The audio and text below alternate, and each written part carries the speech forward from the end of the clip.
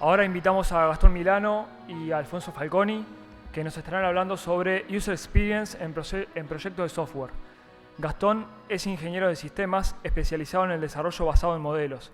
Es arquitecto en jefe de GeneXus. Alfonso es analista de sistemas. Actualmente se desempeña como líder de equipos en GeneXus Consulting.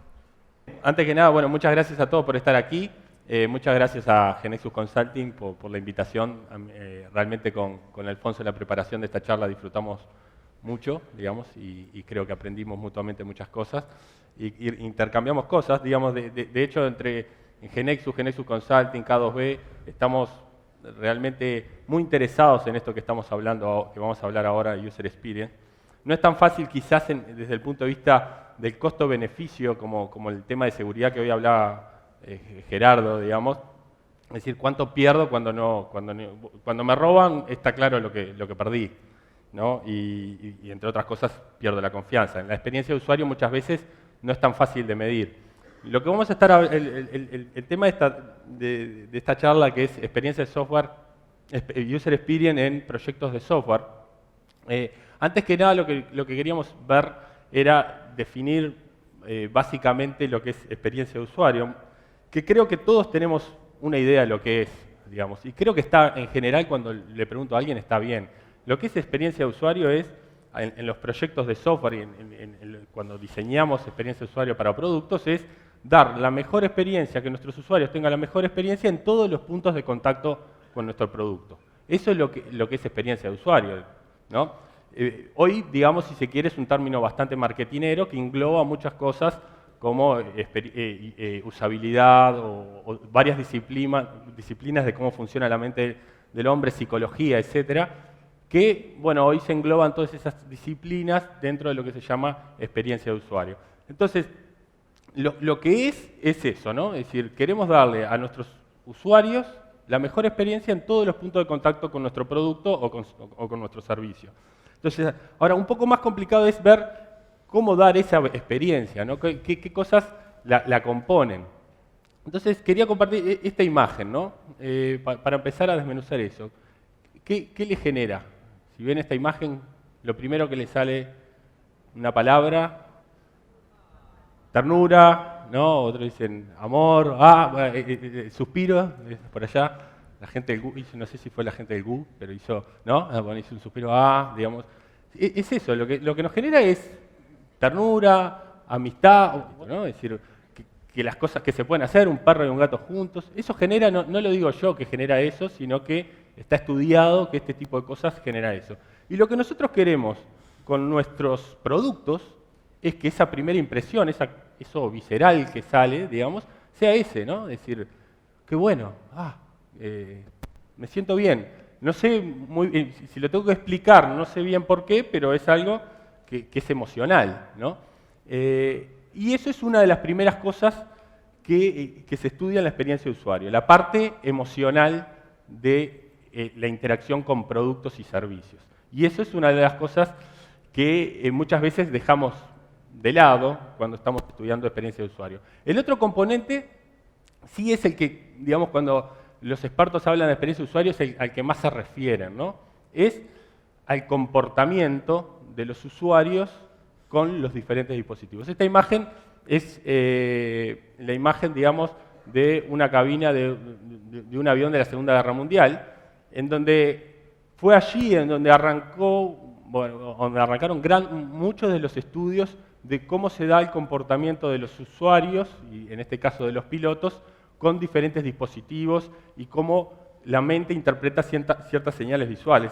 Lamentablemente en la Segunda Guerra Mundial muchos murieron en guerra, digamos, en el campo de batalla, pero muchos otros morían por interacciones con la cabina del avión. Muchas veces no despegaban, digamos, ¿no? O cometían errores al visualizar ciertas señales del avión. Esa es la otra rama, si se quiere, de la experiencia de usuario. Estudiar el comportamiento con, en nuestro caso, software o con hardware de las personas.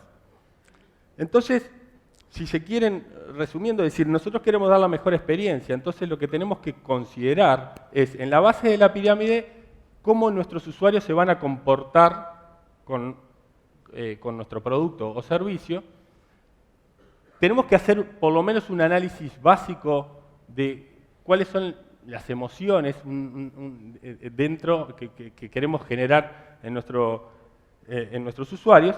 Y el nivel más alto y más complejo de lograr es lo que logran muchos juegos, ¿no? Es el tema de reflexión. ¿Qué significa esto de reflexión? Básicamente es el usuario jugó un juego, ¿no? O utilizó mi producto, lo dejó de utilizar, pero se fue con la cabeza que quiere volver a usarlo, ¿no? Es decir, me quedé con una idea y que quiero volver, ¿no? Eso pasa, no sé, me imagino con el Pokémon Go, que luego cerré, no encontré a Pikachu y supongo que mañana voy y trato de ir por otro camino. Pasa con el Candy Crush, ¿no? Es decir, que luego no pude superar una pantalla y luego tengo que intentar y me quedo con eso para ahora cuando llegue a casa, después que haga esto que tengo que manejar, voy a ir a jugar al Candy Crush o cosas del estilo, digamos. Entonces, por eso hay mucho de lo que se llama gamification en el diseño.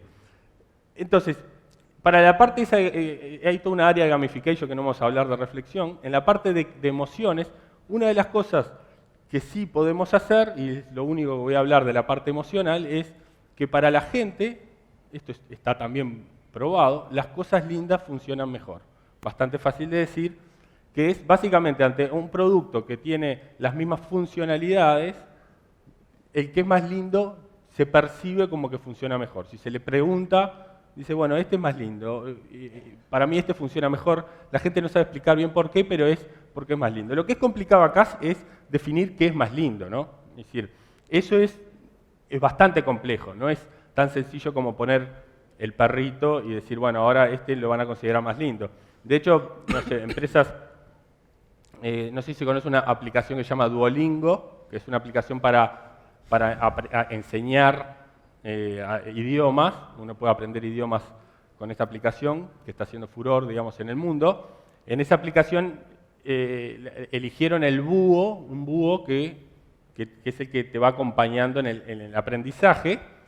¿Y qué pasa? Digamos, el búho es algo lindo y es algo muy bien visto en muchas culturas porque representa la sabiduría, ¿no? Representa el sabio que te va llevando. Pero en otras culturas, algo que era lindo para muchas culturas, está asociado con temas de la muerte, etcétera, etcétera. Entonces, digamos, tuvieron problemas con eso. Entonces, esto de decir, lo que tenemos que ver es bien cuáles son nuestros usuarios y definir y tratar de llegar a un acuerdo de qué cosas son lindas para esos usuarios, porque hay muchas cosas que dependen digamos, de la cultura. Digamos, nosotros los occidentales sí miramos las caras, pero quizás los orientales, si le mostramos la foto del perro, ven las flores que están por detrás, porque ven mucho más el background, digamos, los fondos, que las caras. Entonces, depende mucho esto de que las cosas lindas. Pero bueno, hay mucho acuerdo en algunas cosas y podemos hacer cosas para que la emoción que genere sea mejor la de nuestra aplicación, la de nuestro sistema, que la de la competencia. Para la parte de comportamiento sí ya hay bastante escrito desde el diseño de las cosas de todos los días de Norman, que analiza, digamos, que básicamente el comportamiento humano tenemos que para mejorar el comportamiento con el software o con las cosas con las que trabajamos todos los días, tenemos que hacer cosas desde el diseño visual, que es eso un poco lo que estamos acostumbrados a hacer en los procesos en general. Muchas veces hacíamos de decir, bueno, al final se lo pasamos al diseñador que lo deje lindo, y bueno, era una tarea bastante complicada. El otro tema es el tercer tema es el del diseño de las interacciones, digamos, cómo interactúan con nuestros productos, y muchas veces lo que dejamos de lado y ni analizamos es lo que se llama arquitectura de la información, que es básicamente toda la información que yo tengo para dar al usuario, cómo la escribo, ¿no? Cómo la escribo, cómo etiqueto, con qué lenguaje voy a hablar y cómo se la presento. Muchas veces nos encontramos que en una misma aplicación no hay un lenguaje directo, o en algunos lugares hay un lenguaje que es bastante gracioso y en el otro lugar muy formal, digamos, no se utilizan verbos, o sea, se escribe mal, es como leer un libro y que esté mal escrito. Muchas veces nos pasa eso, que el diseño visual está perfecto, las interacciones usan los patrones, pero está mal escrito, digamos, el libro está mal. Eso nos pasa en las aplicaciones, ¿no? Entonces tenemos que ver eso, considerarlo. ¿Cómo vamos a presentar? Si tenemos que mostrar una noticia, ¿cómo la vamos a mostrar? ¿Qué patrón para cómo la gente lee, por ejemplo? O cómo la gente escucha música, si vamos a hacer una aplicación de música, ¿no? Entonces, ¿cómo se vamos a presentar? Eso es todo lo que engloba la arquitectura de la información. Entonces, si se quiere, esas son las tres partes, digamos, de la experiencia de usuario. Para mejorar, tengo que hacer un diseño de comportamiento que implica estas cosas. Tengo que hacer el diseño emocional y, bueno, y si puedo poner gamification para el diseño reflexivo. Pero, digo, todo esto son muchas cosas. Entonces, si bien nosotros entendemos qué es la definición de experiencia de usuario, dar el mejor contacto con los clientes, ¿quién es el que mejor me puede ayudar a la experiencia de usuario? Si muchos de ustedes capaz que tienen background en experiencia de usuario y muchos no. Lo que hay que tener, básicamente, lo que quisiera que se lleváramos de esta charla es, el que más me puede ayudar es aquellos que toman decisiones estratégicas, ¿no? Es decir, decisiones estratégicas dentro de un proyecto, de decir, lo que tengo que hacer, no tengo que estudiar todo esto ya para empezar con experiencia de usuario. Lo que tengo que tener es la decisión de que quiero cambiar ciertas experiencias que están teniendo mis usuarios. Y eso no lo tiene ni un diseñador gráfico, ni un diseñador visual, de interacción, etc. Lo tiene alguien de jerarquía, digamos, dentro de todas las empresas. Eso es lo que pasó, digamos, en el Poder Judicial. En el Poder Judicial se tomó la decisión estratégica de cambiar la experiencia de usuario de los abogados cuando iban a ver, digamos, para hacer el seguimiento de los expedientes. Y eso desató todo un proceso atrás que se analizaron junto con Genesis Consulting. Entre el Poder Judicial y Genesis Consulting siguieron un proceso para mejorar esa experiencia. Y creo que la prueba más clara de que resultó fue, no sé si está acá Gustavo Carraquiri, pero el otro día Gustavo Carraquiri, que trabaja conmigo en Genexus, entró a mi oficina y me dijo, mirá, hoy me encontré fui a comer con mi señora y una amiga, y parece que la amiga es abogada, y le dijo, vos sos de Genexus, ¿no? Y Gustavo dijo, sí, tal cual lo estoy tratando. Gustavo lo hace más cómico que yo, pero bueno. Sí, dijo que sí, no está Gustavo, creo, acá. ¿Está por ahí? Está, bueno, capaz ya se está escondiendo. Después lo segundo que le preguntó es si tenía que ver algo con la justicia. Y ahí Gustavo se puso más nervioso. Pero en realidad lo que le decía no, porque realmente, dice, en realidad nosotros lo hicieron con Genexus, pero lo hizo Genexus Consulting esto, y el Poder Judicial, sí, sabemos de qué se trata la aplicación. Me dice, me cambiaron la vida, digamos, me cambiaron que yo tenía que ir todos los días al Poder Judicial a ver cómo iba mi expediente, ¿no?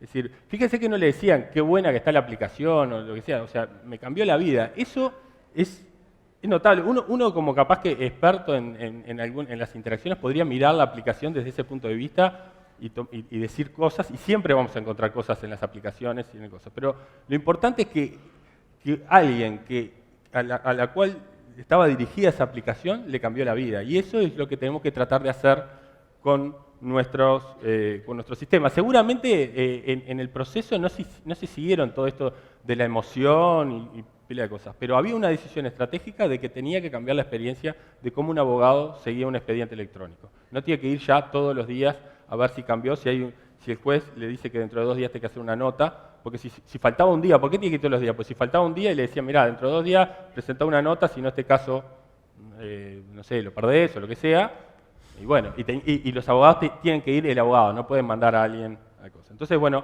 realmente le cambió la vida. Entonces vamos a ver, ahora sí, Alfonso va a decir un poco qué es lo que hay por detrás de esto. Luego de esta decisión estratégica, ¿qué viene luego?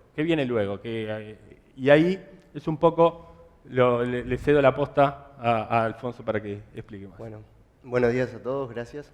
Gracias, Gastón.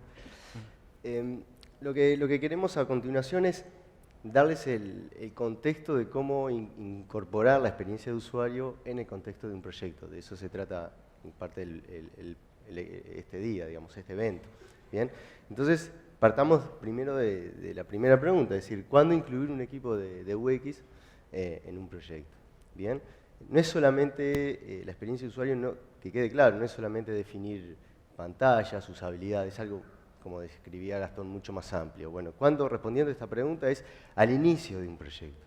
La experiencia de usuario comienza en una etapa estratégica y abarca todo el ciclo de vida de un proyecto, cumpliendo todas esas etapas que comentaba Gerardo en el Development Framework en la charla anterior. ¿Okay? Entonces, un proyecto impulsado por experiencia de usuario lo que hace es comenzar estudiando el modelo de negocios, haciendo investigación con usuarios y entendiendo cómo un servicio se adapta de manera significativa a las vidas de las personas. Y va en ese sentido, no que una persona se tiene que adaptar a un servicio. Nosotros no nos tenemos que adaptar a un sistema. ¿Okay? Es fácil de decirlo, pero muchas veces no ocurre, digamos. ¿Okay? Bien. Después, ¿qué habilidades necesita el equipo? Bien.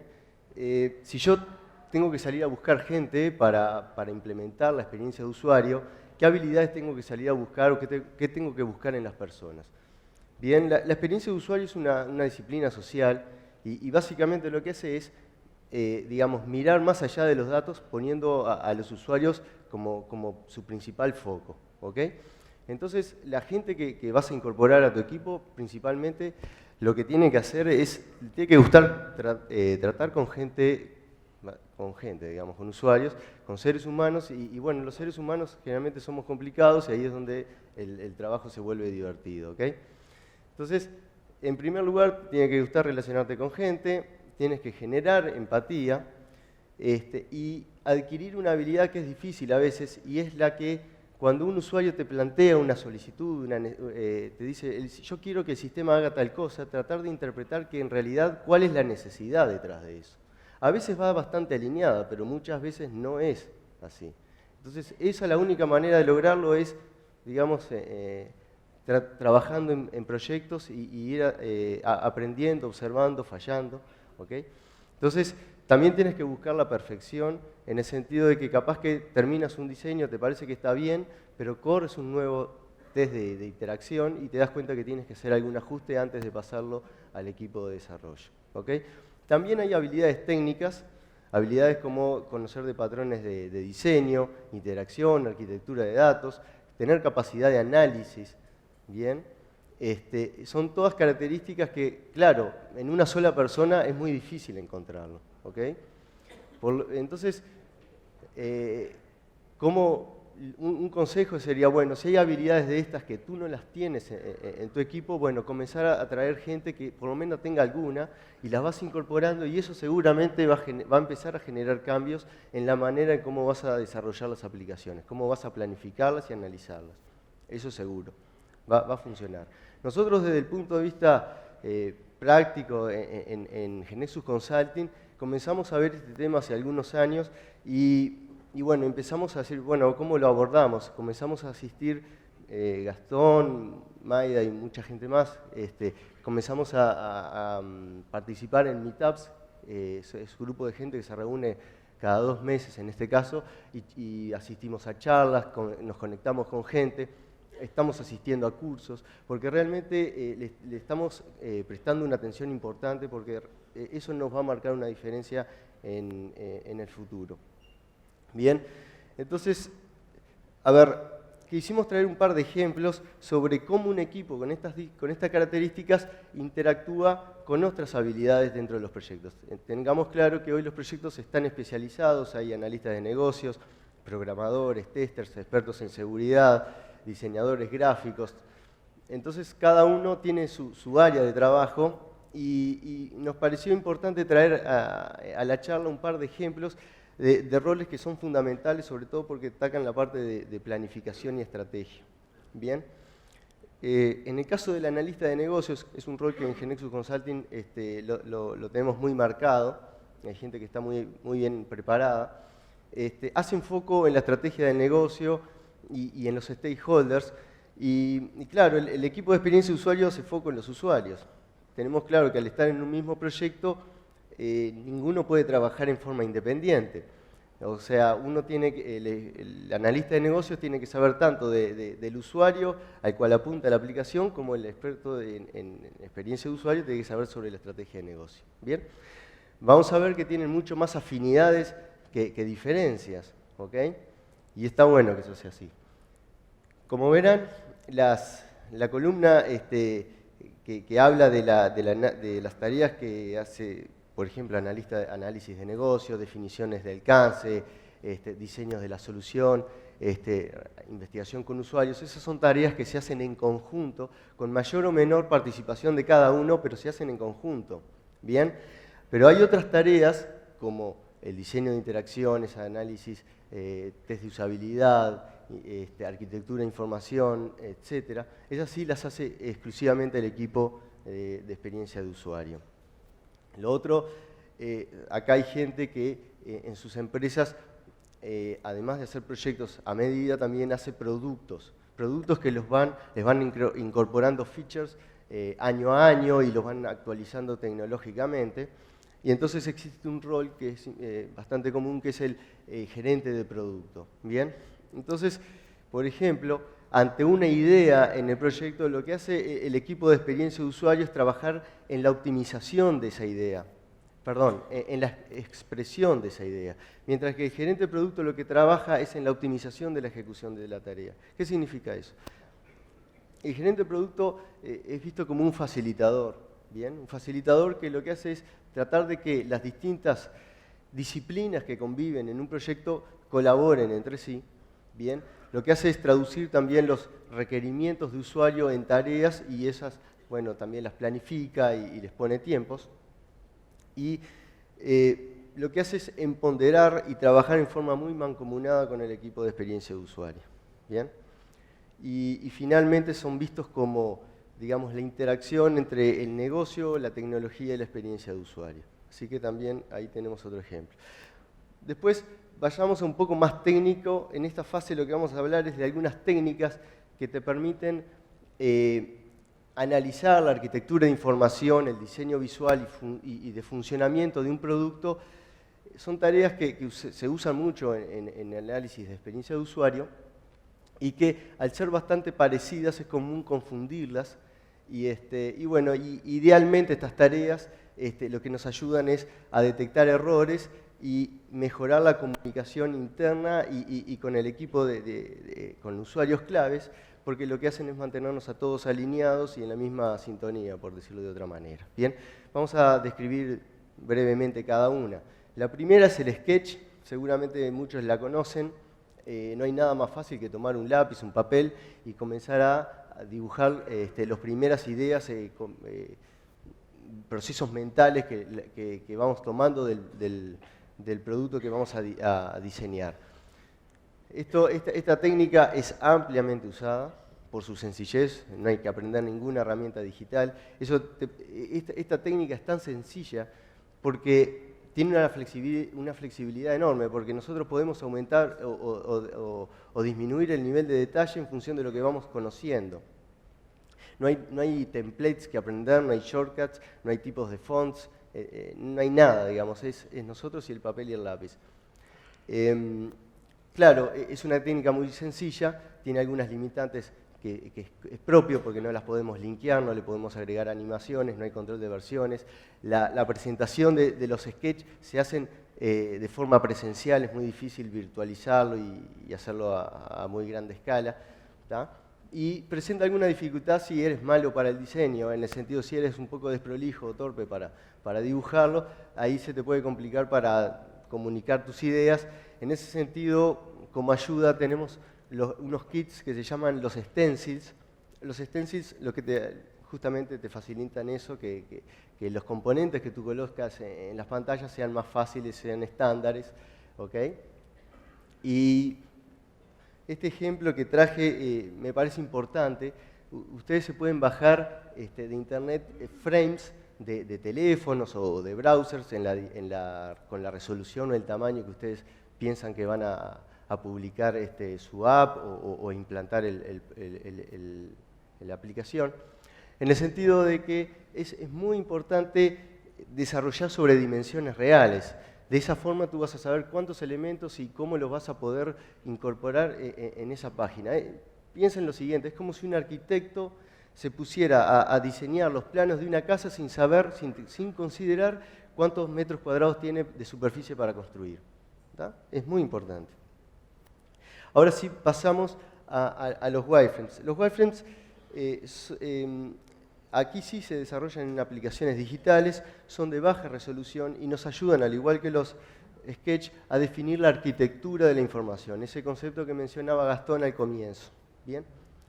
Al ser de baja fidelidad significa poco nivel de detalle. Acá no tengo que andar considerando tipos de letras, colores, etc. Simplemente un wireframe bien definido lo que nos tiene que dejar bien claro es cómo agrupamos y cómo estructuramos la información y además nos tiene que dar algún indicio de cómo se navega o se interactúa con esas pantallas. Es eso, nada más. ¿Bien? Y además nos sirven para comunicar nuestras ideas y esto es mucho más fácil que andar escribiendo con texto. ¿Okay? No hay lugar a malinterpretación. Esto es otro ejemplo, simplemente lo incluí porque es un poco más rico en cuanto a contenido, pero fíjense en que algunos tips de los wireframes, ¿no? Es decir, poner colores o no colores, bueno, ni blanco y negro ni un arco iris, es simplemente sentido común, se usan muchas veces las escalas de grises.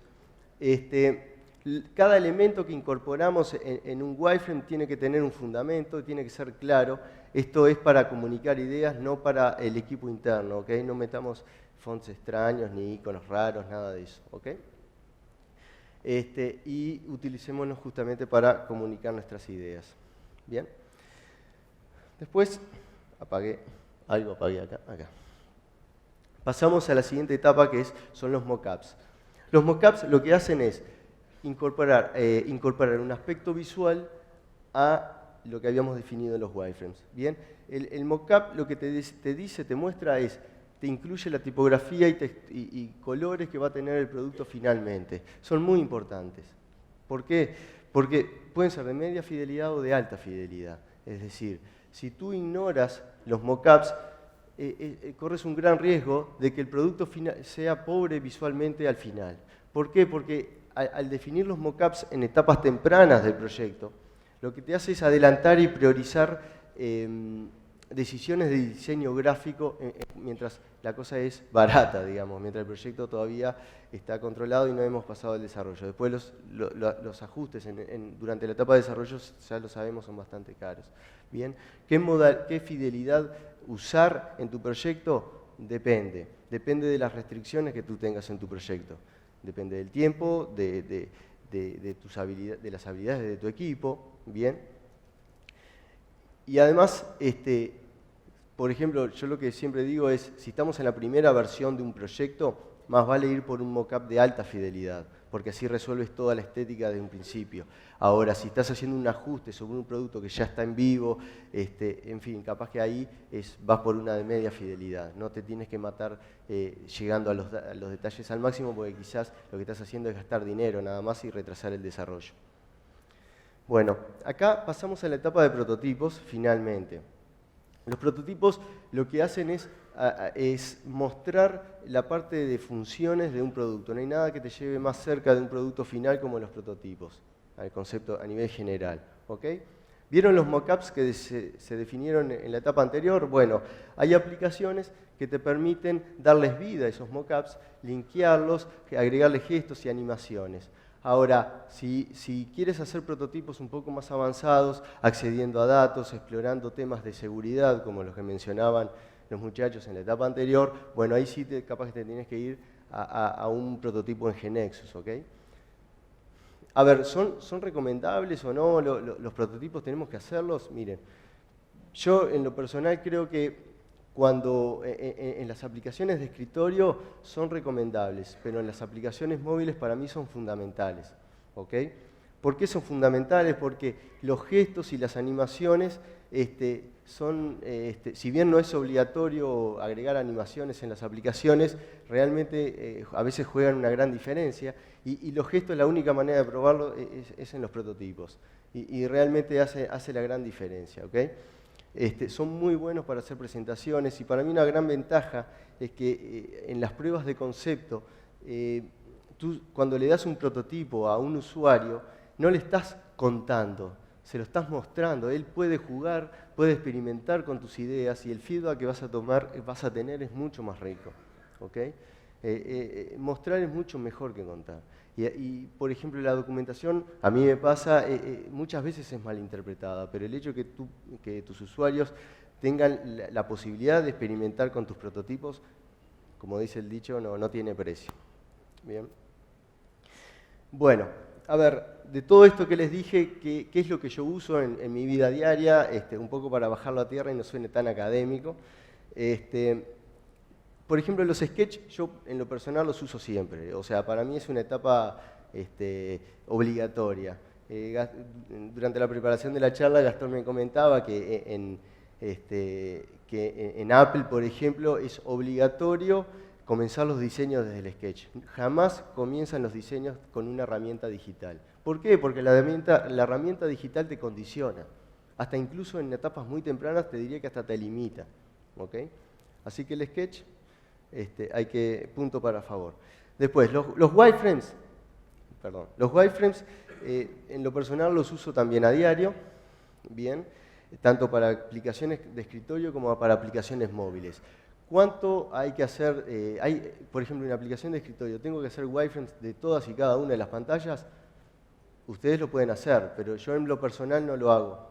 O sea, cuando tomo contacto con los usuarios por primera vez, hago las pantallas, los trabajar con, por ejemplo, los hago, y las pantallas principales, aquellas que realmente van a generar controversia, van a generar más trabajo de análisis, ¿ok?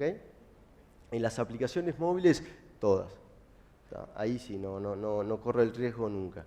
¿Bien? Después, en el diseño visual, ya les comentaba, yo los uso sobre todo para estudiar la estética. Por ejemplo, en las aplicaciones móviles yo evalúo la estética y me sirve para hacer pruebas luego para hacer pruebas de concepto y también obtener feedback de los usuarios. Si es la primera versión de un producto, ya sea de escritorio o una app móvil, hay que hacerlos, porque hay que adelantar las decisiones de aspecto visual de las aplicaciones y sabemos que los colores y texturas, tipos de letra, condicionan mucho y que el usuario la acepte o no la acepte también. ¿Bien? Y bueno, y los prototipos, acá hay varias opciones. A partir del 2014 hubo como una explosión de aplicaciones de prototipación rápido, ¿tá? Que lo que hicieron fue borrar la frontera que hay entre los wireframes, los mockups y los prototipos, introduciendo un concepto que se llama prototipación rápida. Prototipación rápida significa que tú puedes comenzar prototipos con muy baja fidelidad y exponerlos a los usuarios y que ellos puedan comenzar a experimentar en etapas tempranas, hacer pruebas de conceptos. ¿Okay? Además, agregan otro ítem, otro update, llamémosle de alguna manera, que son el diseño colaborativo. Algo que omití y es grave en el sentido de que en todas estas etapas que yo mencioné, siempre hay que incorporar a los usuarios. Nunca los posterguemos para las etapas de validaciones, por razones obvias. Las opiniones de los usuarios nos importan y tienen que estar desde el principio, ser parte del equipo, traerlos a la cocina y ahí va a haber mucho más resistencia en todas las etapas que vienen a continuación. Bueno, para terminar. Bueno, para cerrar nomás, estamos un poquito atrasados. Bueno, a ver, lo que queríamos nosotros un poco con el claim de este evento, que las acciones cambian cosas. La acción que queremos que se empiece a incorporar en los proyectos, porque los que los hemos incorporado ha cambiado el resultado final, es que empecemos a considerar la experiencia de usuario desde el inicio, ¿no? Desde el inicio tener la experiencia de usuario. Tirarse al agua lo antes posible, capaz que sin tener todo un background, digamos. Seguramente alguno ya estudió de usabilidad en algún momento, eso es una disciplina que está hoy dentro de la experiencia de usuario. Pero lo más importante es la decisión estratégica, ¿no? Es eso que le decía, si quiero que se lleven algo, es la decisión de incorporar a un equipo y ir capacitándonos. Hoy las carreras, se están formando muchas carreras alrededor de esto, pero lo más importante es que cada uno empiece a aprender algo y que aquel que no le interese ponerse en profundidad y tenga la posibilidad de tomar decisiones estratégicas, tome la decisión estratégica de poner en el proceso de desarrollo de software el tema de la experiencia de usuario, así como el tema de seguridad, que están muy vinculadas, pero muchas veces son fuerzas que van hacia lugares diferentes, digamos, los pongamos en el proyecto desde el inicio y los proyectos van a quedar más ricos. Tenemos que armar un equipo, ese equipo puede ser una persona, ese equipo puede empezar a seguir un proceso de diseño que es básicamente, por lo menos, empezar a dibujar en papel, ¿no? Es algo que todos sabemos hacer, algunos, como dice, dibujamos peor como yo y seguramente otros tienen cualidades mejores, pero bueno, encontremos, lo que hacían en Apple, por ejemplo, es decir, a los mejores que saben dibujar, pongámoslos ahí, digamos, empecemos a capacitarlos. Esas son las acciones que nosotros, en particular en GeneXus Consulting, K2B, estamos tomando, incorporando estas cosas, aprendiendo cada día más con lo que respecta a experiencia de usuario. Muchas gracias.